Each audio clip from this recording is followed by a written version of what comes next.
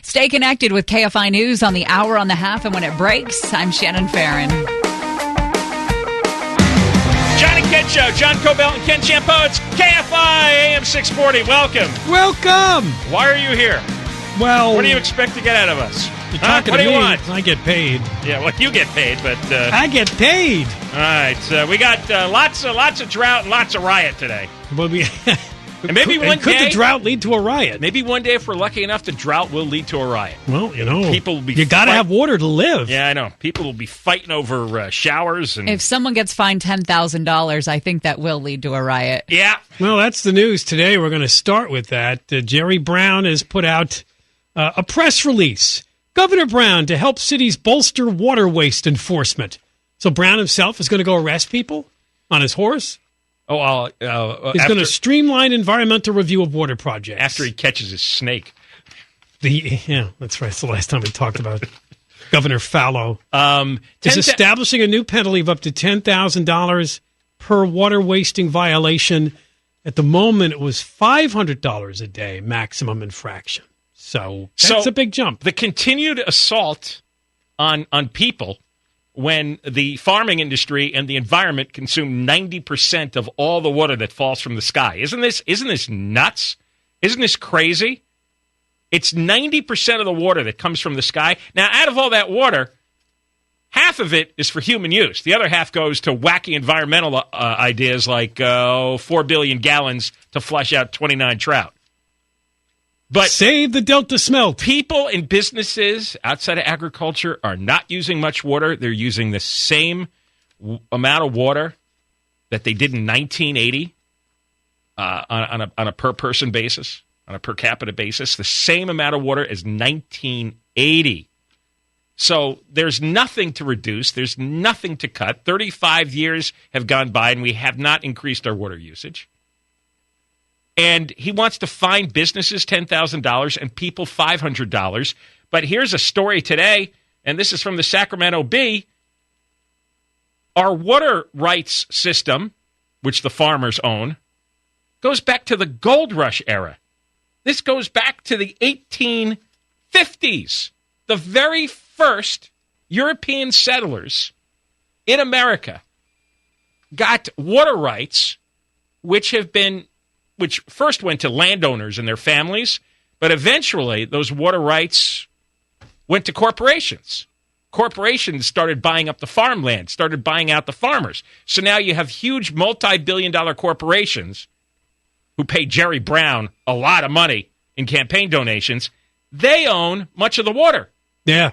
It's broken up into senior and junior entitlements, and senior rights are held by companies like Pacific Gas and Electric. Municipalities such as Los Angeles and San Francisco, and even the private media company Hearst Corporation has senior water rights. So those huge multi-billion, multinational companies own a lot of the water in California. They won't give it up. Jerry Brown and the legislature won't do anything to renegotiate these water agreements, which are really 100 to 150 years old. Seriously. So what he's doing is he's going after the little guy. He's going after the homeowner, threatening fines every day. He's going after businesses, including small businesses. This is how it works. Senior rights were established before 1914, allow owners to divert surface water for what state law describes as reasonable and beneficial use. They are the last rights cut off during a drought. Junior right holders, and those who got the rights after 1914, are among the first to have their rights and the water that goes with it scaled back. But the senior water rights holders, boy, they get to hang on. So you will die of dehydration. You and your family will be face down, licking out the last droplets out of the bottom of the bathtub, while these rich farming bastards who get half the water in the state. I mean, they get 40% of all the water that comes from the sky. They get 80% of all the water that's used for humans. There was a UC Davis study that found that the state's water rights collectively amount to 5 times as much water as runs off the state in an average year. And that's why everybody went. And even Jerry Brown, that famous ABC This Week interview that we talked about a few weeks ago, He said, if this continues, we may have to look at our system of water rights. They have to look at it. You got to do it now. This is going to take years to renegotiate. I don't know how much power he has to declare an emergency, but if this is an emergency, he ought to be going after these farming corporations. And you got to look this up if you don't believe me. They're corporations. They're not little guys with long beards and overalls. They're rich millionaires, rich billionaires wearing suits and ties. Guess who They're has... no different than oil company executives. They're no different than tobacco company executives. It's all the same guy. Guess who has senior water rights? William Shatner does. Yeah, he does. That's why he was talking about this on that show the other day. It was on Yahoo. All right, so when he talked about building a pipeline.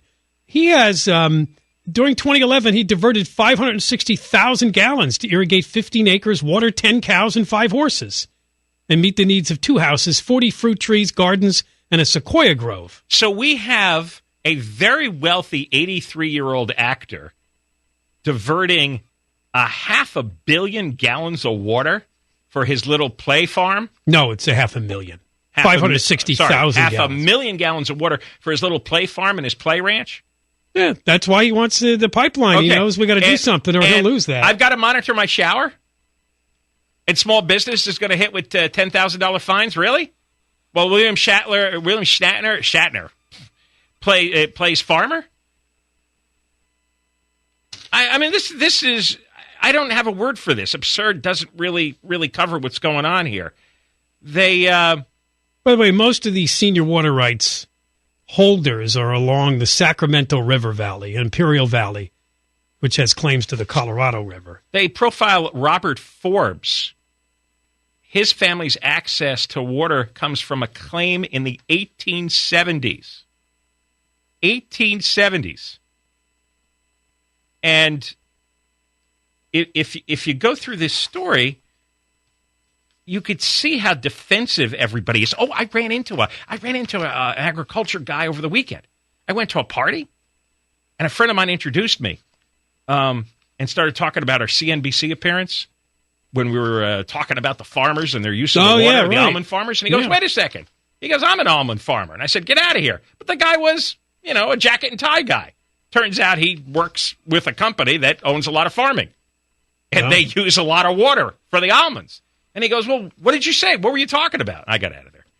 Oh, you didn't get into a on-the-spot party debate. You're not paid to do that. I'm not. Who needs that headache? No, I already had. There's no audience. Who's going to benefit? Exactly. And I already had a glass of wine, and bad things were going to happen. So I just slinked out of there. Yeah, but you know what? They all get indignant. You read these stories, you read their arguments, and they're all indignant and self-righteous. Just because somebody in their family or somebody who lived 150 years ago eventually sold the rights to what became these mammoth corporations. They think, well, I got an absolute God-given constitutional right to this water, and screw you. Now, Jerry Brown's new penalty of up to $10,000, this can be carried out by your local water agency, as well as city and county governments. They'll be back to the water police, huh? Yeah, that's what it is. It's going to be a water police state. Apparently before, the process involved courts. That's not going to happen anymore.